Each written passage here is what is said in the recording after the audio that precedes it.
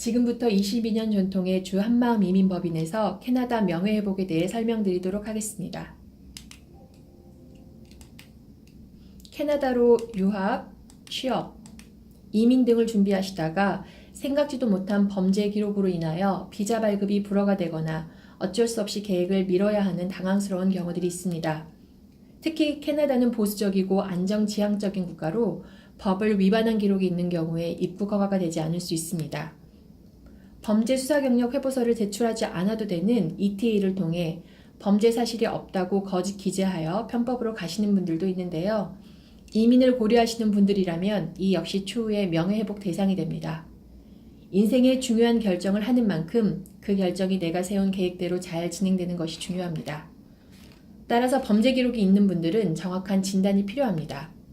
특히 중대범죄와 경범죄의 카테고리, 판결의 세부 사항 등 한국과 캐나다에서 적용되는 범위와 기준이 다를 수 있기 때문에 경험이 많은 전문가와 상담이 필요합니다. 저희 한마음 이민법인에서는 한마음의 대표이자 캐나다 공인 컨설턴트인 김미연 법무사님의 컨설팅 하에 대행 서비스를 진행하게 됩니다. 진행 절차는 다음과 같습니다. 우선 명예회복 대상인지 여부에 대해 자격 판정을 받으셔야 합니다. 필요한 서류는 다시 자세히 안내드리도록 하겠습니다. 자격 판정 후 한마음에서 명예회복 대행을 원하시면 먼저 저희 한마음과 계약을 체결합니다. 정식 계약이 체결되면 필요한 구비 서류를 안내드리고 서류를 준비하여 이를 바탕으로 명예회복 서류를 준비하여 마닐라 비자과에 서류를 접수합니다.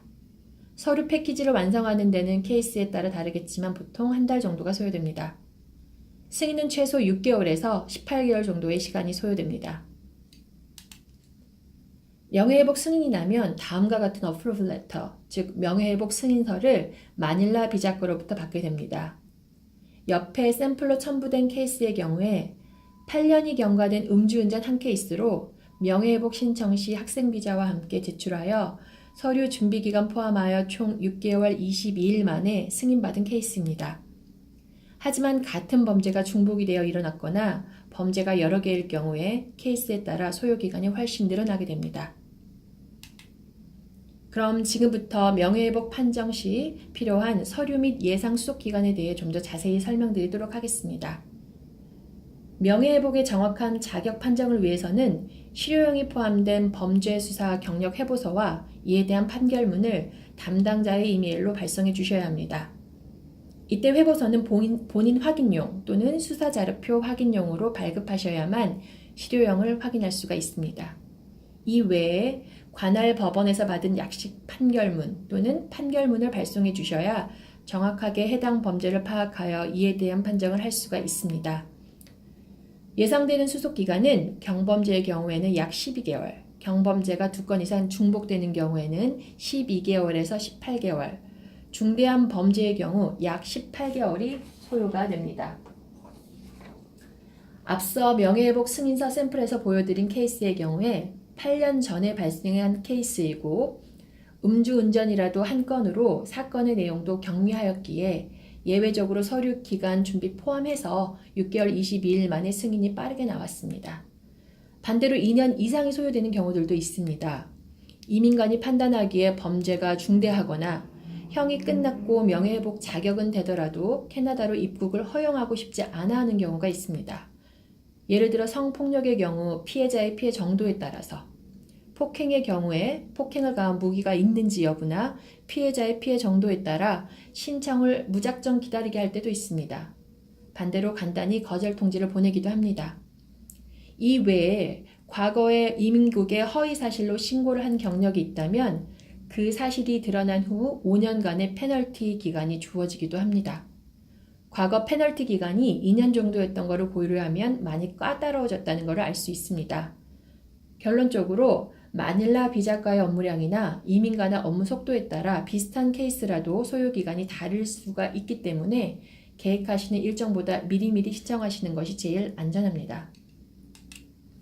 그럼 마지막으로 고객들이 가장 많이 하시는 질문 2가지에 대해 간단히 알아보도록 하겠습니다.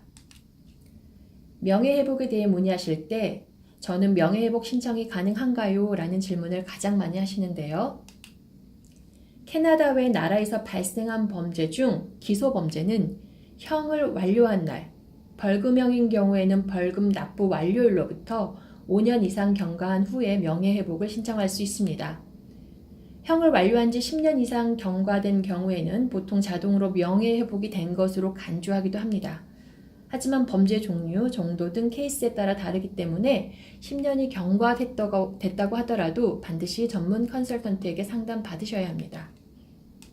다음 질문을 살펴보도록 하겠습니다. 음주운전으로 벌금 및 운전면허 정지 처분을 받았습니다. 명예회복 자격은 벌금 처분을 받은 선고일자 기준인가요? 아니면 면허 정지가 종료된 일자 기준인가요?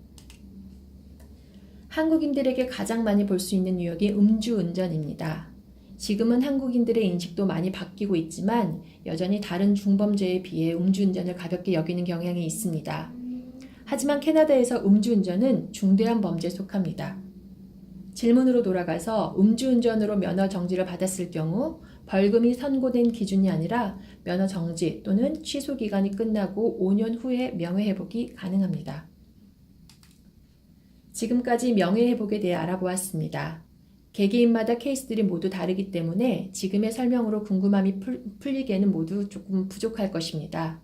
좀 더 자세한 상담을 원하시면 02-564-8888 또는 한마음@han-maum.net으로 이메일 문의 주시기 바랍니다.